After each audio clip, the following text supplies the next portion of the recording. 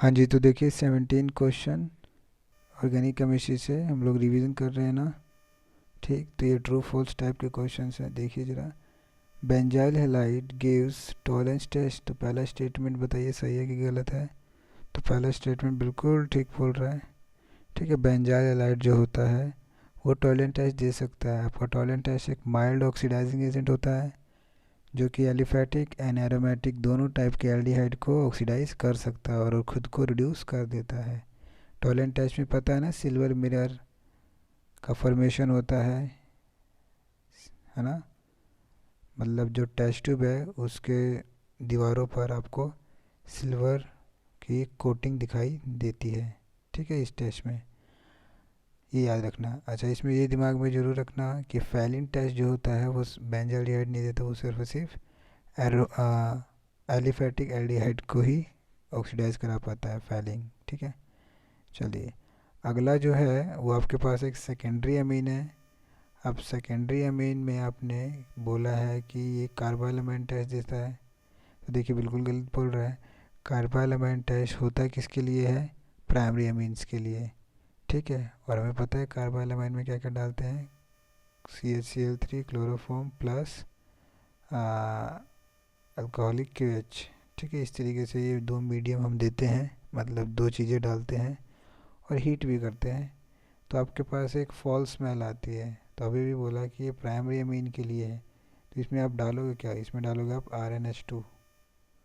ठीक है, तो ये होगा आपका प्राइमरी अमीन और फॉर्मेशन हो जाता है कि इसका RnC का, जो कि एक फॉल्स स्मेल है। ये आइसोसाइनाइड है और साथ में पानी भी बनेगा और सॉल्ट भी बनेगा। वो डिपेंड करता है कैसा रिएक्शन है कि नहीं। तो ये तो बाई प्रोडक्ट है, इससे कोई लेना देना नहीं। मेन प्रोडक्ट तो आपका यही है कि क्या बनता है इसमें, आइसोसाइनाइड का फॉर्मेशन होता है जो कि फॉल्स स्मेल होता है, जो कि इस बात को सुनिश्चित करता है कि हाँ भाई आपके पास प्राइमरी अमीन है, लेकिन यहाँ पे सेकेंडरी अमीन है। तो ये स्टेटमेंट आपकी क्या हो जाएगी? गलत हो जाएगी। ठीक है, तो इसको एक बार इरेज कर देते हैं।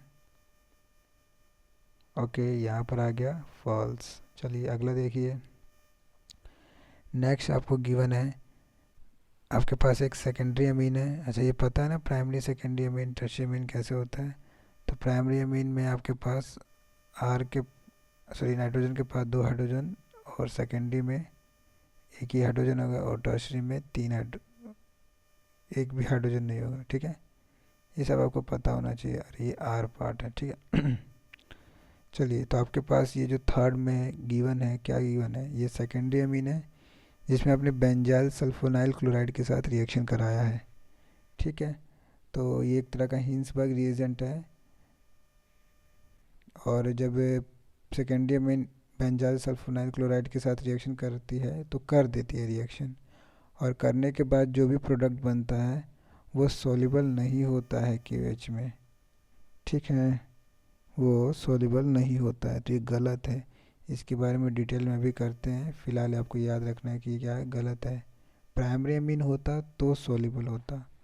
अरे मतलब किस में सॉल्युबल होता है? जब रिएक्शन बन जाता, मतलब रिएक्शन कर जाता, जो प्रोडक्ट बनता ना, उसकी बात कर रहा हूँ कि वो सॉल्युबल होता। ठीक है, प्राइमरी अमीन तो वैसे भी सॉल्युबल ही होता है, पर वो ठीक है। तो आपका ये स्टेटमेंट सॉरी गलत है ना, ये तो फॉल्स लिखना है, मेरे को फॉल्स लिखना है। ठीक है, आगे देखिए, Lucas test for primary amines, ये नहीं भैया, ये तो अल्कोहल्स के लिए है ना। ठीक है, तो ये स्टेटमेंट भी आपका क्या हो जाएगा? गलत हो जाएगा। इन सब के बारे में हम जानते हैं, अभी रुक जाओ। ठीक है, डिटेल में करते हैं, थोड़ा स्पेस नहीं है इसलिए ऐसा। तो ये भी स्टेटमेंट क्या हो जाएगा? आपका फॉल्स हो जाएगा। अगला देखिए, आपके पास एक सेकेंडरी हैलाइड गिवन है, या फिर ऐसे कह सकते हो टू क्लोरोप्रोपेन गिवन है। उसमें ऐसे कह रहा है कैन गिव आइडोफॉर्म टेस्ट।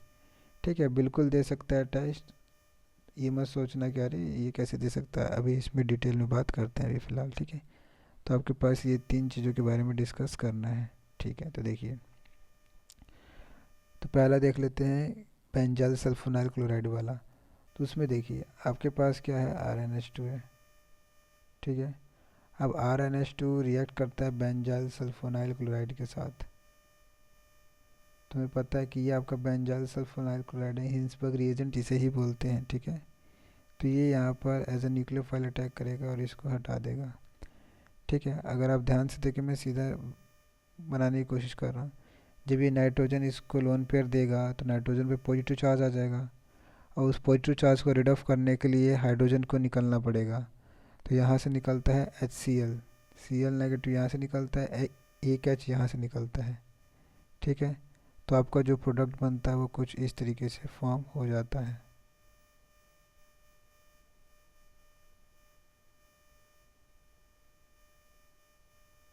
ठीक है, एक हाइड्रोजन गायब हो चुका है। ठीक है, अब ये जो है ना, ये आपका सॉल्युबल होता है किसमें, KOH में। क्यों होता है ऐसा है, क्योंकि ये बेस है और ये देखिए नाइट्रोजन पे के पास एक हाइड्रोजन है ना, तो यहाँ पर एसिड बेस रिएक्शन हो जाता है, सॉल्ट का फॉर्मेशन होगा। और सॉल्ट हमेशा क्या होता है, मतलब हमेशा तो नहीं, सॉल्ट ज़्यादातर रेडिली सॉल्युबल होता है। ठीक है, तो ये सॉल्युबलाइज मतलब सॉल्युबल हो जाता है। ठीक है, ये ध्यान रखना। तो मतलब सॉल्यूशन जो है क्लियर हो जाएगा बिल्कुल। समझ रहे हो बात को, क्लियर मतलब बिल्कुल साफ सा हो जाएगा सॉल्यूशन। ठीक है, सॉल्युबिलिटी का मतलब यही है ना कि बिल्कुल साफ़ हो जाता है सॉल्यूशन, प्रैक्टिकली देखे तो, है कि नहीं। अच्छा, तो ये दिमाग में रखना कि प्राइमरी अमीन के साथ तो ये काम होता है। अच्छा, सेकेंडरी अमीन में क्या होता है, सेकेंडरी अमीन में देखिए आपके पास फिर से वही वाली बात है, बेंजाइल सल्फोनाइल क्लोराइड है। अब तो समझदार है, समझ आ रही होगी अगले वाले में क्या होने वाला है। तो देखिए यहाँ पर लोन पेयर है, ये अटैक करेगा, इसको ले जाएगा। फिर से सोचिए कि क्या होगा, यहाँ पे Cl नेगेटिव निकलेगा, नाइट्रोजन पे पॉजिटिव चार्ज आ जाएगा, तो हाइड्रोजन को सेक्रीफाइस किया जाएगा। ठीक है, तो फॉर्मेशन होगा ये वाले कंपाउंड का।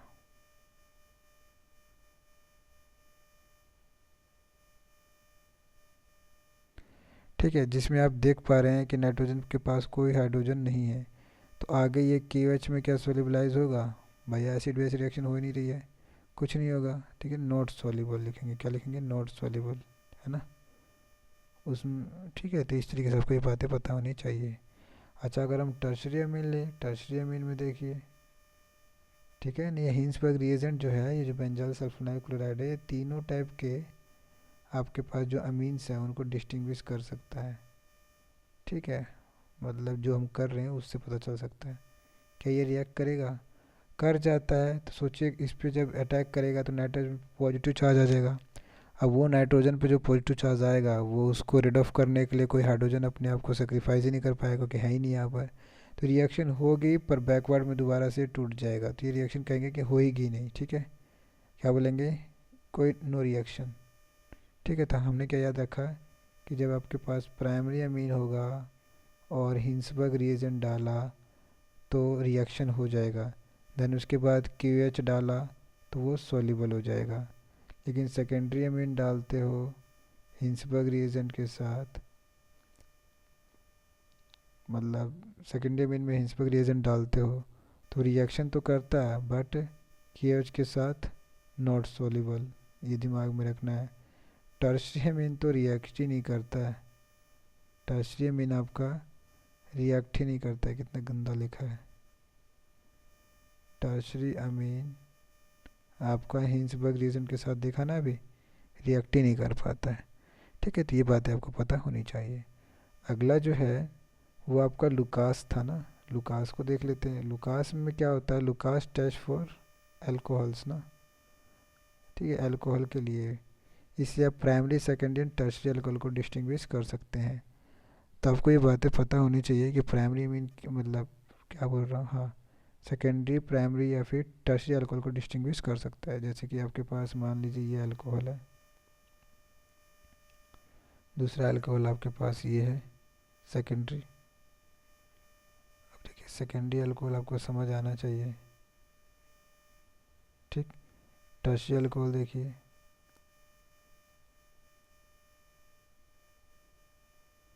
लुकास टेस्ट का जो रिएजेंट है वो होता है जिंक, मतलब जिंक क्लोराइड विद HCl, है ना, हीट करते हो, तो यही सब तीनों में डालोगे आप।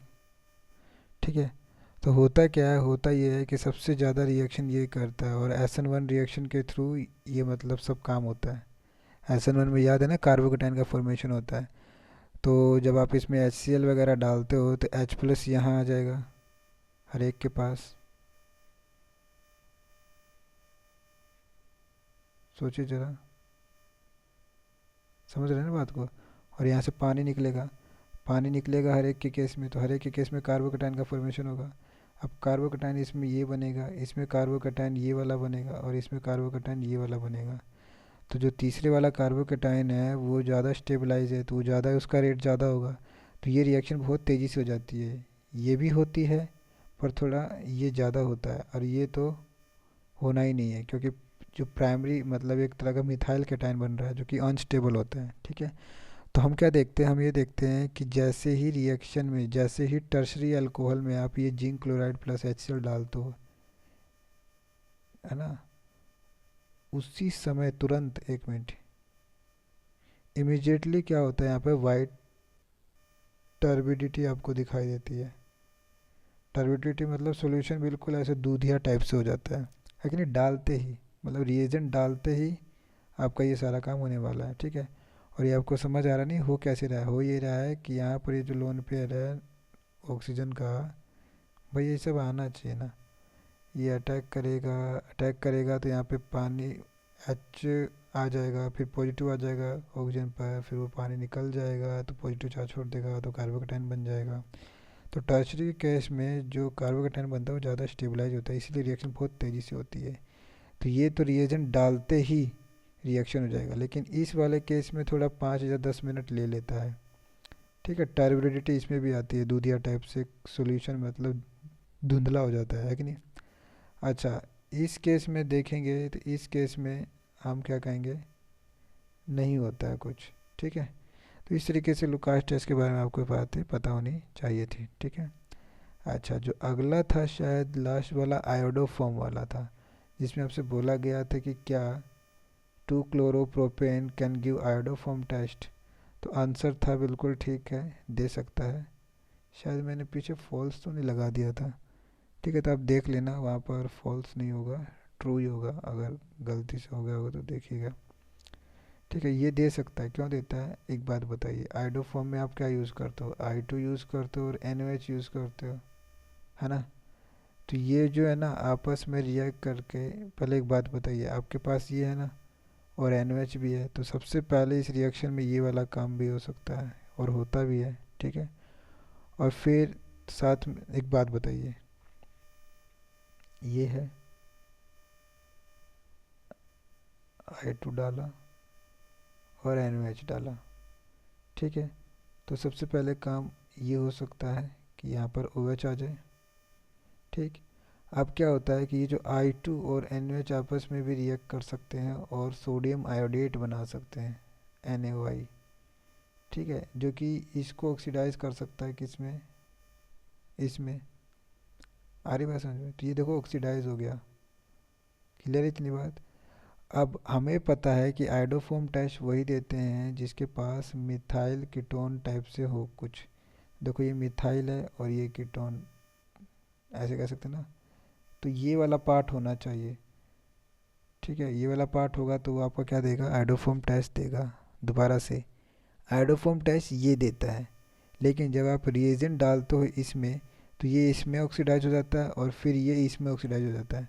तो जब ये दे रहा है तो ये भी देगा, और ये दे रहा है क्यों, क्योंकि ये यहाँ से यहाँ कन्वर्ट हुआ तो ये भी देगा। तो रिएक्शन में जैसे ही आपने ये लिया I2 और NaOH, तो हमें तो सिर्फ ये दिखेगा ना कि CH3 की PPT का फॉर्मेशन हो गया, इसमें क्या होता है, येलो PPT फॉर्मेशन होता है ना।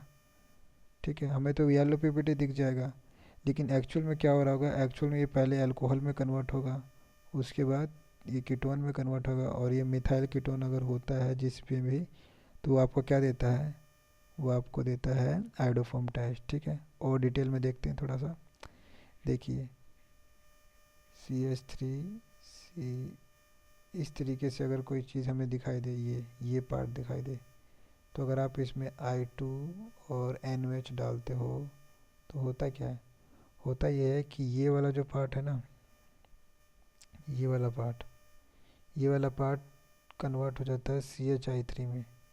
ठीक है, और ये नेसेसरी कंडीशन है कि इस कार्बन के पास 3 हाइड्रोजन हो, तभी जाके 3 आयोडीन आपके पास आ सकते हैं। ठीक है, तो ये, अच्छा, ये पार्ट तो पूरा हट जाएगा, तो बाकी ये जो पार्ट है ये थोड़ा ऑक्सीडाइज हो जाएगा और कार्बोक्सिलेट के फॉर्म में यहाँ पे एग्जिस्ट करेगा, क्योंकि कंडीशन बेसिक है ना, तो जो भी एसिड बनेगा यहाँ पर वो मान लो कि ये बनेगा, लेकिन बेसिक मीडियम है तो यहाँ पर सॉल्ट का फॉर्मेशन यहाँ पर इस तरीके से हो जाएगा और पानी तो निकलेगा ही। ठीक है, तो इसकी वजह से येलो पीपीटी का फॉर्मेशन यहाँ पर दिखाई पड़ता है। तो हमारी नेसेसरी कंडीशन यही है कि आपके पास C डबल बॉन्ड O और CH3 होना चाहिए, तब जाके वो टेस्ट देगा, क्या आयोडोफॉर्म टेस्ट देगा। ठीक है, चलिए और प्रैक्टिस करते हैं। जैसे कि मान लीजिए किसी ने ऐसे बोला कि क्या ये देगा, तो आप सोचिए कि इसको एक बार ऑक्सीडाइज करा दीजिए, ऑक्सीडाइज कराओगे तो ये बनेगा कीटोन। तो देखिए ये वाला पार्ट आ गया ना, CHI मतलब CH3 दिख गया आपको और ये भी दिख गया, तो हाँ ये देगा, बिल्कुल देगा, ये देगा। ठीक है, चलिए अच्छा ये बताइए क्या ये देगा, तो आप इसको ऑक्सीडाइज करा दीजिए, तो इसको चेक कर लीजिए। देखो C डबल बॉन्ड O तो है, लेकिन CH2 है यहाँ पे CH3 होना चाहिए, तो इसका मतलब ये नहीं देगा। इसका मतलब ज़रूरी नहीं सारे सेकेंडरी अल्कोहल आपको आयोडोफॉर्म टेस्ट दे, समझ रहे हैं ना बात को। जैसे कि मैंने बोला है कि क्या ये आयोडोफॉर्म टेस्ट देगा, क्या ये आयोडोफॉर्म टेस्ट देगा, तो आप सबसे पहले क्या करेंगे, इसको ऑक्सीडाइज कराएंगे। तो हमें पता है पहले अल्कोहल में कन्वर्ट होगा, फिर ये अल्कोहल फर्दर किस में ऑक्सीडाइज होगा, कीटोन में हो जाएगा, है कि नहीं। तो हमने देखा, अरे हाँ देखो CH3 है यहाँ पर और यहाँ पे C डबल बॉन्ड है, तो इसका मतलब ये देगा, तो ये भी देगा, है कि नहीं। तो इस तरीके से आपको चीज़ें समझ में आनी चाहिए। ठीक, चलिए मैं यहाँ पे कुछ बनाता हूँ, अल्कोहल्स बनाता हूँ, एल्डिहाइड कीटोन जो भी है वो बनाने की कोशिश करता हूँ, आपको बताना कि कौन सा इनमें से आयोडोफॉर्म टेस्ट देगा। ठीक है, एक तरीके का प्रैक्टिस हो जाएगा आपके लिए।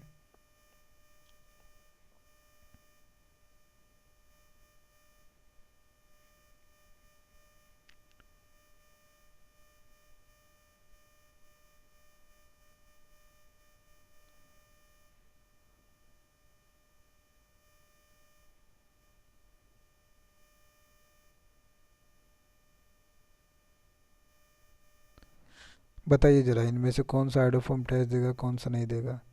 तो क्या कराना होता है, इसको क्या कराना होता है, ऑक्सीडाइज कराना होता है। अब इसको ऑक्सीडाइज कैसे कराओगे, इसको ऑक्सीडाइज क्या ऐसे कराओगे, तो ये गलत हो जाएगा ना, नहीं समझे। अरे तुमने मान लो कि हड़बड़ी मचाई, हड़बड़ी मचाने के बाद तुमने ये कर दिया इस तरीके से, तो तुमने एक कार्बन के 5 बॉन्ड बना दिए, ये तो तबाही मचा दी, तो ये तो नहीं देगा।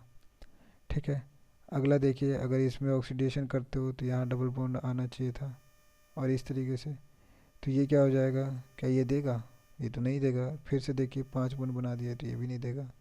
इसमें देखिए, इसमें C डबल बॉन्ड O दिख रहा है, लेकिन यहाँ पे CH2 है, ये भी नहीं देगा। क्या ये देगा, हाँ ये देगा भाई, क्योंकि यहाँ पे CH3 है और C डबल बॉन्ड O भी दिख रहा है, ये देगा। क्या ये देगा, बिल्कुल देगा, देखो C double bond O CH3 sorry, क्या ये देगा। तो इसमें देखिए, इसके बारे में बात कर सकते हैं, ये कुछ इस तरीके से था। अब इसको ऑक्सीडाइज कराइए तो ये ऐसे बन जाएगा, तो ये नहीं देगा, क्योंकि देखो C डबल बॉन्ड है लेकिन यहाँ पे CH2 है, तो ये भी नहीं देगा। ठीक है, तो ऐसे आपको पता करना था इन चीज़ों को। चलिए, थैंक यू।